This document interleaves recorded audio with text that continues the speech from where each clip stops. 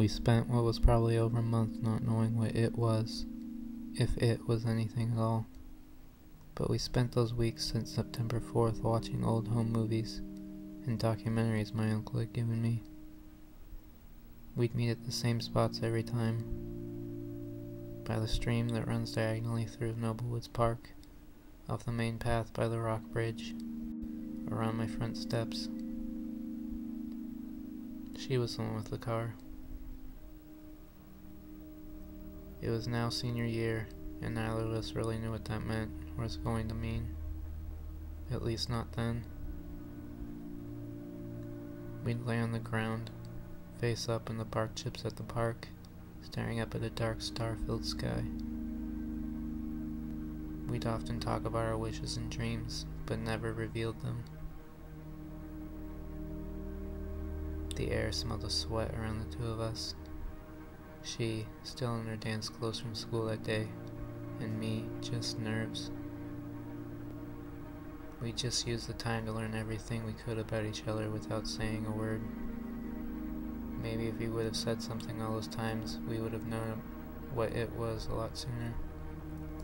But I like to think we learned even more those nights, just laying there, under pinprick light, quietly, waiting.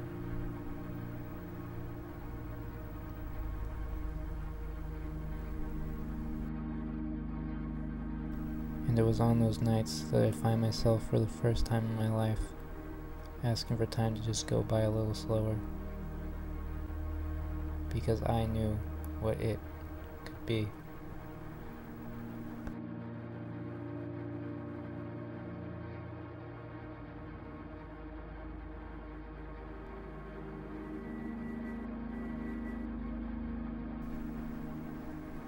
The night was bright. Full moon above us. We had watched it rise. First red, then orange, and yellow, and then white, and finally silver as it settled at the uppermost point of the sky above us. We had been there almost all night, under the cover of an old willow tree. Our heads rested against a fallen tree, the backs of our bodies pressed to the cold dirt, our feet inches from the small stream moating the island where we found solace that night. I laid there, shaking, but not because of the cold. She held tight to my chest and rested her head over my heart. The grass across from us, on the other side of the water, was high. We heard shuffling, we heard splashing. There was an animal, or possibly a human, moving through the grass and into the water, and we continued to lay, only slightly raising our heads against the log. The sounds in the grass grew louder. Sticks broke, water splashed, and then went quiet as the creature made its way around us. It was a simple black silhouette near my right cheek. I jumped and startled it back into the water, not to see it again. She held to me even closer now, her lips inches from my own.